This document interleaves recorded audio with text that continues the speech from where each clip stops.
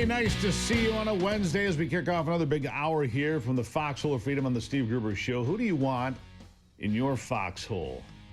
Maybe somebody you can count on. That's why I invite you to join me in the Foxhole of Freedom every single day. We can fight for the truth together here. I've got three big things for you this hour. Number one, there are 12,000 new air traffic controllers on the way to you. Did you know that? 12,000 new air traffic controllers. Bet you hadn't heard that. Number two, why, when it rains, does Detroit flood out every single time? Pretty weird. We'll talk about that. And number three, the aftermath of that stabbing at Walmart, right? Got some good news on it. Everybody survived. The suspect is in jail. And some people are offering some pretty cool stuff in return. All right? B.J. Gill was the guy that was arrested. But one of the key people in stopping it was Marine veteran Derek Perry. He confronted the knife-wielding attacker with incredible courage and composure. Ordered him to drop the gun, drop the gun, drop the gun. Well, as a result of this, some cool things are happening. For example, Huron Valley Guns in New Hudson, Michigan. By the way, a terrific gun store. Remarkably good gun store is Huron Valley Guns in New Hudson. My friend Randy works there, has for years. And I've picked up a number of things there. You know, you can have lunch, you can watch people on the shooting range, get your hair cut. All at Huron Valley Guns. Well, they're offering Derek Perry, the hero of the day, a brand new Glock 43 in recognition of his brave and level-headed action.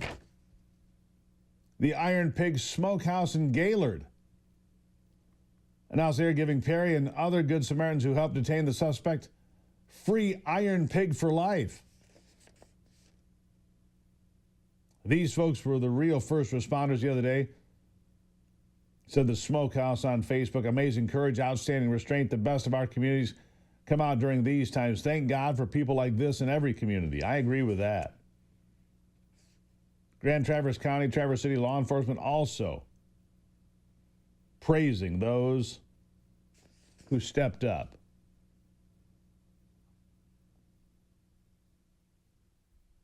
Perry's family is also bursting with pride. His daughter-in-law, Riley Blankenship, posted on Facebook, "So happy to be this man's daughter-in-law, true hero.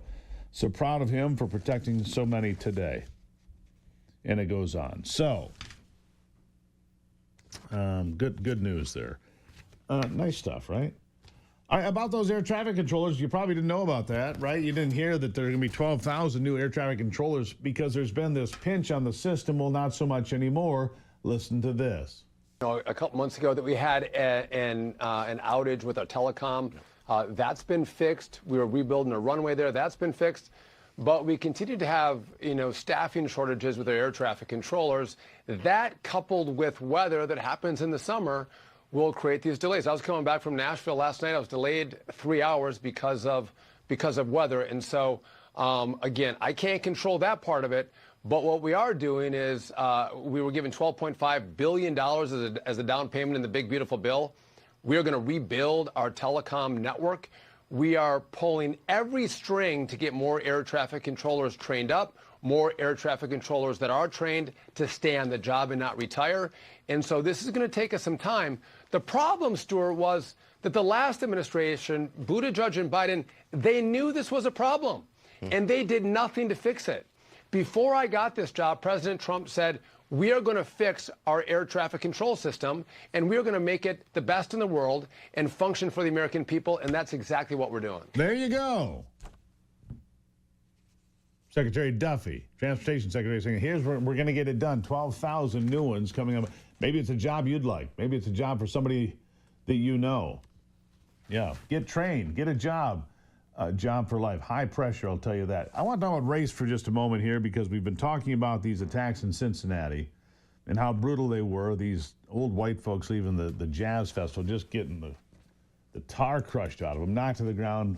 Probably all of them have concussions, just had the hell beat out of them. Well, in Maryland, the governor there, Wes Moore, a rising star for the Democrats, says that black people are not voting for Democrats because of racism.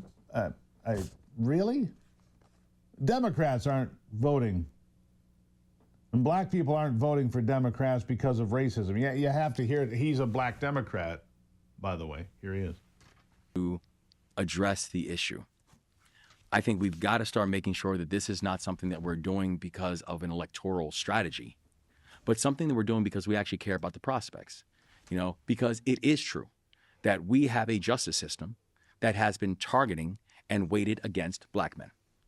We have an education system that has been deliberate about the way that we are criminalizing and punishing black boys when we're watching the results of our young black boys continue to downgrade, and we are actually then turning around and blaming the black boys. Look, we blame all boys. Boys have been demonized. It has nothing to do with race. Wrong again, Governor. Toxic masculinity and all this nonsense. We need more masculinity. We need more real men.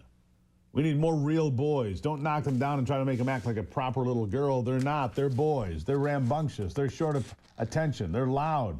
They get messy. They pass gas at inappropriate times. Even older boys do that sometimes, from what I hear. I would never do that, of course, but others would, like Anthony, maybe, but not me. Meanwhile, Anthony can't even defend himself. Oh, you want to go there, Steve? No. Once again, by the way, speaking of race, and not speaking of Anthony, speaking of race, Democrats are saying, again, this is remarkably offensive, even to me, that black people and poor people are just too dumb to vote if you tell them they have to have an ID. They're just too dumb if you tell them they have to have an ID. Here it is. Been clear. When we fight for democracy, when we protect democracy, we got to fight fire with fire. We're not going to stand idly by, as Maya said. We're not going to let them revert to Jim Crow. And if you don't think they want to revert to Jim Crow, just look what they did in the SAVE Act, which went back to took Jim Crow for the whole nation. By so making it hard, they said you need ID, and they made it so hard to show ID that probably half the people in America couldn't vote. Oh, stop it. We wouldn't let it pass. This is why people hate Chuck Schumer and hate the Democrats. There he is. Oh, by the way, over on CNN, a Democratic strategist says a white man, he's not entitled to an opinion at all because he's a white guy. Listen to this. This, as an Aisha, American, let's talk about Kamala makes Harris. me really concerned. Let's talk about Kamala Harris and as short-term a memory. black lesbian who Donald Trump doesn't believe has genes as good as his. Is he going to attempt to exterminate me why do you when believe he gets that, Aisha? elected? Why do you Because believe he's that? damn near said it. That's why, David. That's why. Because he's, okay, and I'm not has he going to said be that, lectured by some white man who has no idea what he's talking about and is trying to rewrite history. Yeah, there it is. I am afraid. You're a white guy. as You're an not allowed to have an opinion. You're a white guy, says the black lesbian who thinks that Donald Trump wants to do something or other. Who knows? It's a good thing he's reopening the mental institutions. There are people out there that could truly use the help today, right now. We should have a hotline, 999. Call the mental institution today, 999. I'll take a break and be back. Ron Rademacher, he's not nuts, but he's fun after this.